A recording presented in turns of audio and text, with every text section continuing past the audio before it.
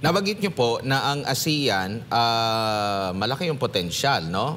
Para sa pag-export natin, export ng ating mga produkto. Parang hindi yata nagiging pantay kung ikukumpara kasi sa importasyon natin mula dito sa ASEAN, napakalaki po ng agwat. Kung pwede natin maipakita yung next slide sa ASEAN.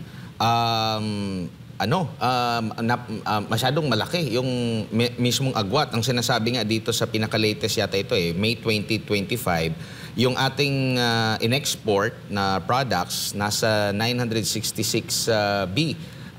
Dito naman, dollars yata ito kung di ako magkakamali. Dito naman sa slides natin for imported natin ng mga inangkat natin mula dito sa ASEAN, napakalayo. Nasa 2.2 trillion ata ito or kasi in million USD ito So nasa at least 2 billion, 2.9 billion. Sa ano naman is 966 million US dollars yung ating ine-export doon, Prof. So kumbaga, Admar, mas malaki yung ini-import natin kaysa sa ini-export din ASEAN. Is that correct? Tama. Oo, masyadong maliit yung so ating... So kumbaga, meron tayong trade deficit. Meron tayong trade deficit with the ASEAN, no? And again, that reflects the idea, Admar, na within the Philippines, we are in a precarious situation. Kasi even ASEAN nga, may trade imbalance tayo So kumbaga, mas marami tayong inaangkat.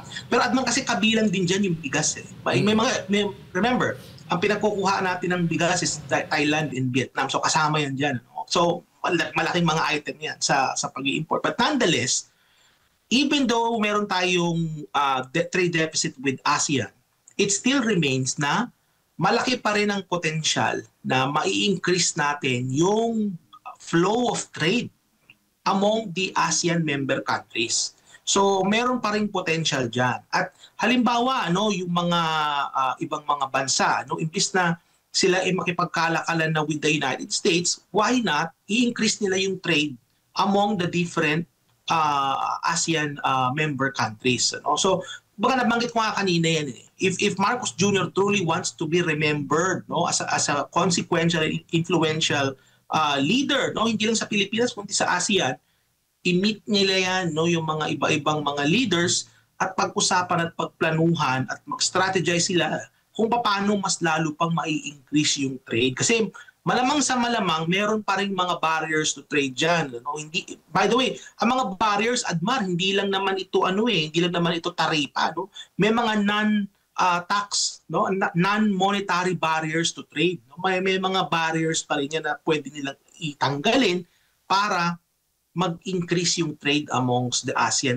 Kasi sino pa ba, Admar, ang magtutulungan kung di ang mga magkakapit-bahay pag mga ganyang sitwasyon, di ba? So meron tayong ganyang filosofiya. So it's about time na gamitin natin yung ganyang filosofiya kasi sino-sino pa ba magtutulungan kung di tayo mga magkakapit-bahay. Opo, at ito rin ba ang dahilan na, Doc, kaya ang Pilipinas ang unang naimbitahan nga dyan sa kay President Donald Trump, makipagpulong kay President Donald Trump ngayong Hulyo dyan sa White House? Well, alam mo, Admar, Jade, brother, hindi naman sa palagay ko hindi kinakailangan magkaroon ng personal appearance kay Donald Trump. Kasi in fact, Vietnam was able to secure a better deal and I haven't heard of an official visit ng Vietnamese leader lately sa White House. So, kumbaga, lalo na sa mga panahon ngayon, pwede ka nalang makipag-Zoom meeting sa mga partner mo sa ibang bansa. The thing is, I think sa ganitong klaseng sitwasyon, hindi na kinakailangan yung in-person appearance. Bagamat makakatulong ito in terms of optics, in terms of messaging, na nandito kami seryoso makipag-negotiate sa inyo, nandito kami in person. I think that might help in terms of the optics, pero hindi siya necessary sa totoo lang. Makakatulong siya pero hindi siya necessary. That underscores, Jay, that we are coming in from somewhat point of weakness na rin. Kasi nabanggit ko kanina na I disagree that we're coming in from a point of weakness. Pero the fact that they're going in there in person underscores na gusto nilang mas mapalakas pa yung kanilang position going in by showing up in person. Sa palagay ko, makakatulong ito, no? Kasi mas maganda nga rin naman kung makipag-usap ka na in person. But the thing is, at the end of the day, kinakailangan talaga is makakuha tayo ng mas magandang trade deal with the United States. No? Diyan masusubukan, Jade, no? Kung gaano katino yung ating mga economic managers, yung mga pinadala ni Marcos Jr. sa United States to negotiate. No? Hopefully, bago dumating si President Marcos sa 20th, maplansya na yan at magkaroon tayo ng trade agreement na favorable sa atin, win-win solution, kukunti lang yung ginibap natin, at sana maging transparent sila in terms of kung ano yung mga ginibap natin in exchange for a trade deal with the United States. Prof, nakasa din sa liham ni President Donald Trump na pwede namang walang taripa, zero tariff, walang dagdag. Pero maglipat tayo ng doon, planta. Kakayanin ba, Doc? Oo. Pwede naman. Kaya nga, alam mo, si Donald Trump is a shrewd negotiator, Admar. And maraming possibilities that are on the table. No? Maraming options eh. So ang punto lang dyan is yung option ba na pipiliin ng Pilipinas at pipiliin ng Estados Unidos, will it be favorable for us? No? Kasi tandaan natin that this is a negotiation. So kumbaga, Admar, yung pipiliin ng Estados Unidos, favorable para sa kanila. Pero ang question is, yung pipiliin ba ng Pilipinas, magiging favorable ba sa atin? O magiging favorable nga sa atin pero mas favorable naman sa Estados Unidos. So yun yung kailangan dapat balansehin din ng ating mga negotiators kasi tandaan natin na nandun sila hindi para sa kapakanan ng mga Amerikano. They're there para sa kapakanan ng mga Pilipino because it's the Filipinos who they represent in that negotiating table. So kung yung planta man ay ma-move dyan o ma-move sa Estados Unidos, ang kinakailangan dyan is yung outcome ng negotiation, magkaroon ng maximum benefit yan para sa ating mga kababayan. At kaugnay nga rin po sa pagbisita ni President Bongbong Marcos dyan kay President Trump, Doc, bukod nga sa nabanggit nating mga issues sa trade at panlabas na seguridad, lalo na dito sa South China Sea o West Philippine Sea, yung issue naman po, di ba, malawakan din po yung crackdown ng Trump administration laban po dito sa mga immigrants na kung saan karamihan sa mga ito ay mga Pilipino. Nasa, kung hindi ako nagkakamali, mayroong 300,000 down na mga undocumented Pilipino dyan po sa US na apektado sa hakbang na ito ng Amerika.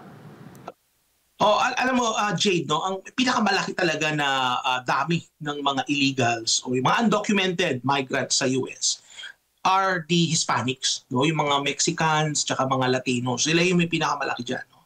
Pilipinas, pumapangalawa, pumapangatlo.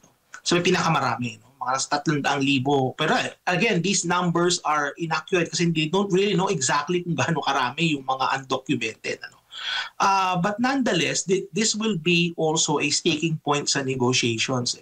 Kasi tama ka, buti na i-brought up mo ito, no, Jade. No? Kasi issue sa Estados Unidos sa ngayon kung anong gagawin doon sa mga undocumented. In fact, ang nagiging usapin ngayon sa US is yung tinatawag nilang mass deportation. In fact, ang naging kampanya ni Donald Trump noong nakaraang eleksyon was isa sa mga gagawin niya, no, pag si mahalal, is i-deport yung mga undocumented, kabilang na yung mga kababayan natin na nasa Estados Unidos. So I think that will remain to be a sticking point sa negosasyon. Ano? Pero also considering din, alam mo, Jade, no, malaki din ang contribution ng ating mga kababayan na mga undocumented sa ekonomiya ng Estados Unidos. Yes. Alam mo, yung mga kababayan natin, napakasisipag na mga yan, kahit wala silang status, they work in hospitality, they work in agriculture sector, no? Ang daming mga sektor na sa Estados Unidos na dyan sila nagtatrabaho. Yung mga pag-travel ko nga, Jade, no, marami akong na-meet na ating mga kababayan sa US na mga walang status at meron silang mga trabaho, no? Nagko-contribute sila sa ekonomiya. So I think that will be a sticking point sa negotiation na yan, ano, as to what to do with the undocumented, ano, na ating mga kababayan, kung magkakaroon ba sila ng path to a green card, no, kung makakaroon sila ng path to permanent residence and eventually American citizenship, ano. Kumbaga that might also be an important consideration. Kasi nga rin, Jade, tandaan din natin na ang Pilipinas nakikinabang din from them through remittances. Kasi kung titingnan mo, Jade, yung mga remittance na nanggagaling sa Estados Unidos, yun yung pinakamalaki nating pinagkukuhaan ng remittance. Marami din, of course, mas nakararami yung mga legal, no, yung may mga status nating kababayan sa US, pero marami din naman yung mga undocumented at nagpapadala din sila ng remittance. So, kumbaga, kapag ka nagkaroon ng polisiya ng deportation, makaka-apekto yan sa remittances na nanggagaling din sa Estados Unidos. So, ano yan Jade, salasalabat yung mga issue na yan, ano? Yung issue ng immigration, yung issue ng remittance, yung sa kalakalan, yung ating military relationship with the US, yung ating trade, no, yung foreign policy, economic policy, salasalabat yan, Jade. So I think this will all converge, no, diyan sa negotiation na yan na mangyayari. At hindi naman siguro kabilang yung mga tao o yung mga OFW natin sa, alam mo, yung papatawan ng taripa. Just ano lang, Doc. Ay, meron silang proposal, Jade, no, na magkakaroon ng tax remittances. Meron ako narinig na parang 1%, no, yung magkakaroon ng remittance tax ang US.